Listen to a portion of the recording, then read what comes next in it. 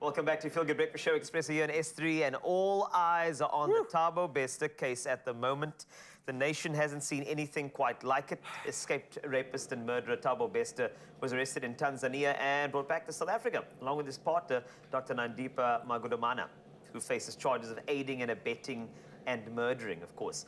Both have already made their first court appearances, and that's why we brought in the suits. Criminal law experts William Booth and Fallon Taff joins us to discuss this case at length. And I can tell you it's a case that everybody, I'm sure every movie director... Oh, yeah. I was joking about the streaming services, fielding those calls right now, but it's happened. It's probably already happened. The rights have probably already been sold.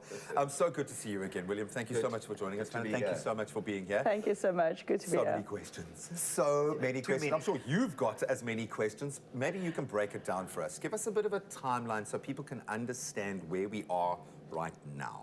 Right. So everything came to a head in March, when it came out that Bester hadn't died in a fire in prison, and that there'd been an escape a year prior. Then the police and obviously correctional services, so this prison is partly owned by a private company. So then they started an investigation, and information then filters through, and the evidence comes out that obviously this has been a setup. Somebody has arranged the escape, and Bester is found, as it were, in Tanzania with his lady friend. So the questions are, how did this all happen? How does somebody escape from prison? Not that it's never, ever happened before, but usually the bells go off and people pick up, the sirens go off if somebody's jumping over the wall or going underground to get out. But it didn't happen here. So there has to have been some link from the outside with the inside with certain of the officials at that particular prison. So other people have now been arrested, linked to the escape as accessories, and including some officials from the prison, the good doctor's father. I'm not quite sure if she's still registered as a doctor. As a doctor? Yes, I think that's a question that we need some serious clarity on. And people have appeared in court, including Bester. And he's appearing, I think, in the May. She's appearing today, I believe, with the father, and there's going to be a bail application for her. So that, in a nutshell, is where we are at this point. Where we are at the moment. And I think the concern amongst the public is how does it happen? Is somebody murdered? Bodies are brought in from a mortuary somewhere. How does that arrange? I think, everybody's saying, well, this is a movie. You don't need actors. Yeah, exactly. It's the reality show that's taking place. Well, thank you. You've just helped the scriptwriters just flesh out the basic construct of their She gets some rights money there, to be honest, though. But Fallon, just with regard to the first court appearances of both of them as well. I mean, we did see Bester for a note, because the thing is, there was a bit of a hunger strike that happened because of, scared of being poisoned. So that's, I don't know if you think, I mean, as somebody in the, the legal field, was that real? Was it a ploy for perhaps sympathy? Was it a strategy from the defense? Like, what do you make of that particular thing when you saw him on the stand? I think it's collective, everything that you've just said. I think it's a collective thing. It's all of it, all in one. Because it's not something that you would often see in our courts. I think Mr. Booth will agree. It's not something that you would see, that somebody come in, make their first appearance, and all of a sudden say to you, but listen, I'm not eating. I haven't eaten for the past 48 hours because I'm afraid of being poisoned. So that doesn't usually happen. And it's interesting. In that world, though, as we have seen, anything is possible. And it's almost a case of waiting for the next headline to wow us in that sense.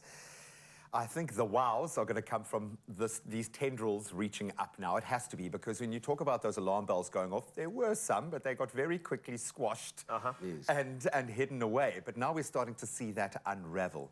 How far do you think this is going to go, William? Well, that is a very interesting question. I shouldn't sound as evil when I laugh like that. Because even the Minister of Justice and Correctional Services has been called on to resign. Then you've got this issue with this private company, because obviously they have a tender, they make money from running the prisons. And I've always thought it's an excellent idea having a private company Best run people for the job, yeah. Absolutely, because unfortunately, correctional services have problems. They're practical problems with their staffing. Prisons are badly managed. They are disgusting. I mean, just down the road, you have Pollsmoor Prison. I mean, exactly. You visited there, and I visit there from time to time. Not as often as we want to, but or rather stay away most of the time because of the condition. Consulting is terrible, shocking. So, you know, one would think a private company would be running things properly, but it doesn't happen. So this could filter all the way down and all the way up to the highest level. There has to be a responsibility at government level and at company level. If there's a company that has messed up and, you know, people are inside taking bribes potentially, allowing Bester to have escaped and not picking up. You know, nearly a year goes by and then it all kind of And you have to think that there are enough heads climbing that ladder to roll to protect the people at the top of the ladder, presumably. It almost feels like the more we find out, the more opportunities there are to muddy the waters. A lot of 4 people at play, and that's why I feel like when we go to part 2, because we have to have a part 2, I'm sorry, we can't do one part. I'd love to know what the prosecution will be looking for, just something to simmer on for a second, because think about, you know, what type of things, if this person undetected, right, taken away, getting out of the country, number 1, and then, of course, we have another couple of facets, this doctor as well. I think there's so much to chat about. So please stick around. And if you have any questions for our panel, our suits today, 063-408-8863 as we unpack the Thabo Bester case. What is going to be the next best series on your TV soon, I'm sure. It's my feel-good breakfast show. Welcome back. Thank you so much for joining us. We are having an absolute blast trying to come to terms with, grips with the ultimate criminal case. And we've got the criminal law experts, the Suits, William Booth and Fallon Taff, joining us to hopefully unpack, decode this crazy scenario. The Thabo Bester and Dr. Nandipha Magudumana case that has the world in its grips right now. So thank you so much for joining us. I'm sure you are struggling to fully wrap your heads around this, but it's going to come to a beautiful point now where the prosecution is going to get stuck in. I'd just like to know what the prosecution would be looking for. I mean, is this a case where somebody could be made an example of? Is it going to be one of those things where they're going to look for this relationship and try and kind of dissect and break it up and to see who was the maybe main instigator? Or is this a matter of a Bonnie and Clyde type of case where there are 2 people who are both equally as responsible for what has happened? I'm so intrigued. How would you take this on if you were there? Look, I'm on the defense side generally. Okay. But looking for the dark side. I'd like to hear. No, it's very good to hear. I'm on the dark side. But what the prosecution is really going to look at here is, I think they've got their work cut out for them. That's truthfully so. Because this is not your common case where you've got, okay, I'm going to walk in with my charge sheet, I'm going to prosecute these people. So they literally are going to have to look at, where's the links? Are there more people we need to prosecute here? It's going to be an ongoing process. Obviously, a lot of the work has already been done with the investigations that were already done by SAPS, by the inspectorate. So all of those things. But the prosecution is going to have an ongoing thing. Obviously, yes, this relationship between Dr. Nandi and Thabo, highlight over there. Because we need to ask ourselves the whys. Where's the link? Yes. What really triggered Dr. Nandi to actually say to herself, I'm willing for this. I'm willing to do this in the name of love. Love? Is there a back door, an escape route for Dr. Nandipha? And we use the term doctor because we don't know fully whether she is a doctor or not at this stage. Do you see, and I don't know who wants to jump on this, a possible way out for her based on, because there's a lot of emotional content.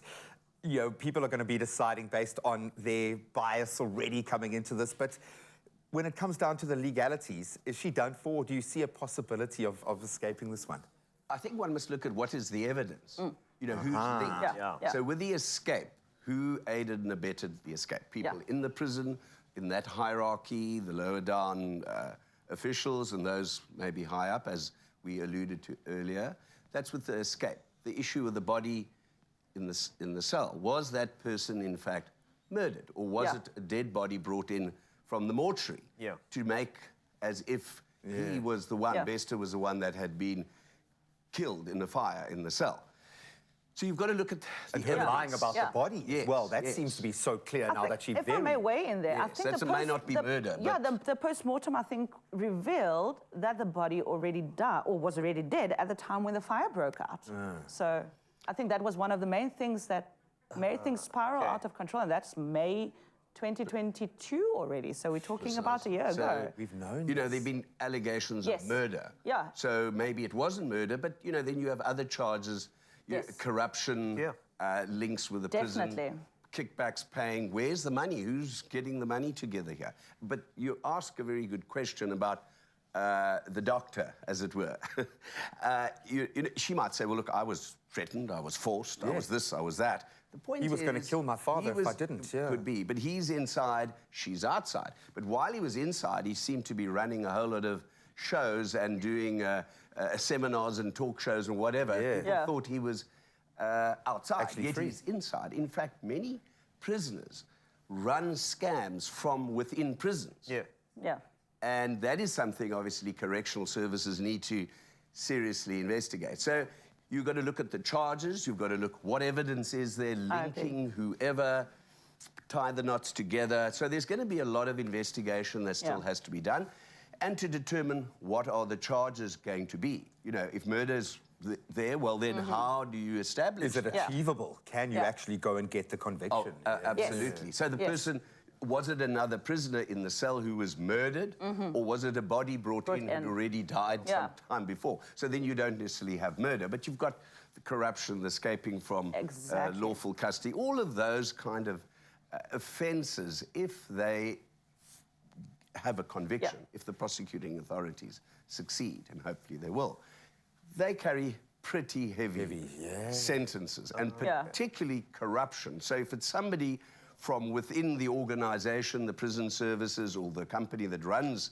this prison, those sentences for corruption are seriously serious. Especially in a figurehead heavy, case like because this, they're going to make an example. Absolutely, because they're in a position of trust, of authority. The public expects somebody goes to jail for life. He stays there for pretty much life. Otherwise, it all breaks down. Well, unless he's released on parole, and a lifer can only be considered for parole after 25 years. So there we are. Exactly. You know, yet he's flitting around Johannesburg and going up to Tanzania. I feel like you're starting to flirt with another case, William. I feel like you're flirting with another case while we're busy talking about another case, okay? No, I love that. I absolutely love it. And immediately now you start thinking about this. I suppose the frustration of our legal system is, yes, we know. I think all of us kind of know what's playing out here, but what can we catch them on? Where will this end? And hopefully it doesn't become overly politicized. But I suppose within that is an opportunity to maybe look at the prison system. What a case it's been. And the Suits, we need to welcome you back as this unfolds, please. We'd love to have you Tomorrow back. and the next day and the next day and the next day. You know, there's so many questions about, you know, what type of verdict and also how they're going to go about getting these other facets to it. I mean, we'd love to chat for hours, but we can't. But please, make sure you watch this space, because we are going to give you, you know, every single step of the way analysis with regard to how this has gone. But for now, let's get something nostalgic in, because Ryle is on the case and he has got something very special for you in the kitchen.